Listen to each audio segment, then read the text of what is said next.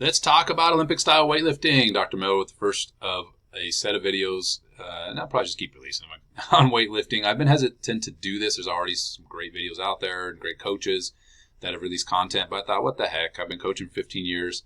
I'll throw out some of the stuff I've learned over the years too, and hopefully you find it valuable and add it to your training, or perhaps if you're a coach, maybe some of your coaching. Be sure to subscribe to my channel and hit the notification bell when those videos come out. I try to release 5 videos a week at least. Covering a variety of topics in sports and exercise science, as well as nutrition science, kind of covering the gamut of different ideas. And if you like this video, be sure to like it. And if you have any comment, of course, drop that in the bottom as well. Okay, so let's talk about this first video. It's going to be something a little strange. I'm actually going to talk about bodybuilding and weightlifting. This is an important concept, an important part of weightlifting in terms of the long-term development of a weightlifter. Many people kind of like oohed and awed at like the male Chinese weightlifting team, like, wow, look at their backs and da-da-da-da. All they're doing, at least training-wise, all they're doing is bodybuilding, okay? This is nothing spectacular. And I found mostly, and this is not a shocker, in female athletes in particular, getting in some adequate amount of bodybuilding is going to be important for long-term development. So let's think about the connection here of why you'd want to engage in some bodybuilding and then what that could look like, okay? So, let me just throw a quote in there from Dr. Pierce, who's Kendrick Ferris's coach and has been coaching weightlifting a long time. I'm going to butcher this. I'm going to paraphrase this. He basically said, learn the techniques of the sport and then just get stronger everywhere. Everywhere, right? Not just the lower body. And so, keeping that in mind. All right, so what are some of the connections here with bodybuilding? Well, number one, think about what bodybuilding, especially the upper body. Now, squat work and weightlifting tends to get plenty of great work in when it comes to the posterior chain. There might be some accessories that happen there if it's underdeveloped, but plenty of squat work. So quads get built, glutes get built. There probably doesn't need to be a ton. I say probably, it just depends on the individual. It doesn't mean a lot of accessory work. There might be cycles during the year, like a couple weeks or something, that you might pump, push up the volume in different exercises or lay off the squat for a time. I think that's a valuable thing to do, and use maybe some dumbbells and stuff like that. But in general, the lower body's taken care of. So a lot of times we're more concerned with the upper body. And the connection with the upper body, I think, should be obvious. But, when you're pulling bars off the floor, you need to have the muscles that can stabilize the spine. You need to be able to keep your scaps in the right position. You need to have strong lats. You need to have strong rhomboids, right? You need to have strong upper traps. Even if you're pulling yourself under the bar and you're actually pulling on the bar, it's still, you want to have some traps that matter, so to speak. You want to have maybe some biceps tissue and wrist flexor tissue crossing the elbow for those athletes that have hyperextended elbows, right?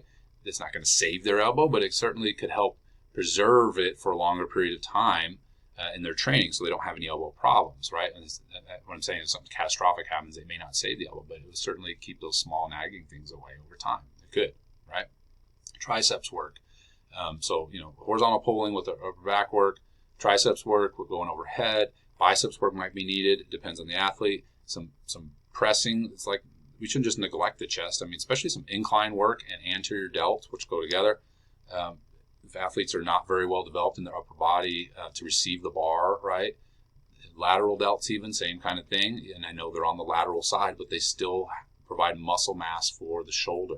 Post delts, of course, to hold the bar. So what I'm just trying to do is say, hey, the upper body really matters. And so, and many times, the way we want to train the upper body is to gain some mass to hold these massive barbells, hopefully, that these athletes will lift that are relative to their body weight. Okay, and that plays into number 2. The indirect is it's a suit of armor. Now, I realize that people don't just come flying out of the stand and drop kick you in the back while you're lifting, but you're still dropping some heavy bars on you. Even if you're great at meeting the bar, you still got to support that bar. If you're squatting, you got to put that bar on your back, right? I mean, it's not just the competition; it's the training that you have to be able to absorb some of these forces through your body, and having some padding on the body to place the bar. While not as important to have padding like in American football or rugby, it's still important to be able to hold the bar, receive the bar, rack the bar, let the bar fall on you, right? I didn't mean by that is like if you have a bar crash, don't actually let it fall on you. But those type of things, it adds a little bit of padding. So there's some value in that. If you put a bar on your back and get some upper trap fibers, a high bar back squat, that's really nice to absorb some of that, that force that's being transferred in the bar into your spine. And so that's a little more cushion. And then, again, the contribution that may seem minuscule, but over time, things always add up. If somebody trains for 5 years, it could be a way to protect their body from getting that accumulated stress that could lead to an injury and spin them out of the training cycle. Okay, so again, these are things that these two are indirectly related to the sport, both to increase the size of muscle mass for strength that comes along with that, and be able to hold up under bars. Your arms are struts overhead, having some strong triceps to finish fast, having some upper trap fibers to help pull under the bar, having that upper back musculature, right, to stabilize the posture and keep the scaps in place as you pull. And all these things are really important to develop that musculature. And as the weight gets heavier off the floor, you can see the upper body start to fail. In the front squat, if the weight starts to be more than you can stabilize, then your legs aren't getting worked anymore. You're just being a turtle, right? And so, this upper body work is very important, especially in female athletes, but in both sexes. Very important that it's worked in to gain mass. Now, how does this look in practical? Well, I use circuits because my training time is not. I don't have an infinite amount of training time with these athletes. 2 hours max, and so I'll put a circuit at the end where I tell them just to run through it. I'll have 3 to 4 exercises, usually 2 to 4 sets. Usually 3 is the number. I might do 4 for like a shoulder circuit. I'll have them do all these different patterns with dumbbells, not to stress out their shoulders any more than it already is with the barbell. I'll work in patterns. I'll be specific what I'm doing. So horizontal pull, some triceps, biceps if needed. Lower back work, like I might throw in a set of reverse hypers. They're just basically leg swings. It's not a reverse hyper machine. But all these different exercises, they have a point. And the point is to develop the athlete. And overhead movements with dumbbells I mentioned before, those type of things that I'm going to throw in there. So I'll have throughout the week at least hitting each pattern that I feel is not being addressed through the actual weightlifting training, hit at least twice. And so they'll get 5 to 8 sets in per week in these different patterns. And we're not running into really high rep sets. The most I would do is 12. And that means over time it's going to be a slower build in terms of hypertrophy. Obviously some will be faster than others, nutrition considerations, all those things, but it's going to be slower. And I'm okay with that, right? But because I'm still working on the weightlifting, but I'm making sure that their athletes are getting this in. And they run through the circuit, so they do exercises in order. Run through the circuit, no rest, but they're not hurrying. So they're resting between exercises, just getting a nice pump. And these exercises it's not a compound exercise routine. So they're not doing the same thing in a row. They're not doing chest and then a chest exercise. Okay. And so that's one way to do it. Now, if you have athletes that are at the top of their weight class and already super jacked, you're going to have to tone down the volume a little bit, and they're just in a continuous maintenance cycle, right? Because you don't want them to grow out of their weight class because they got super jacked shoulders now, right?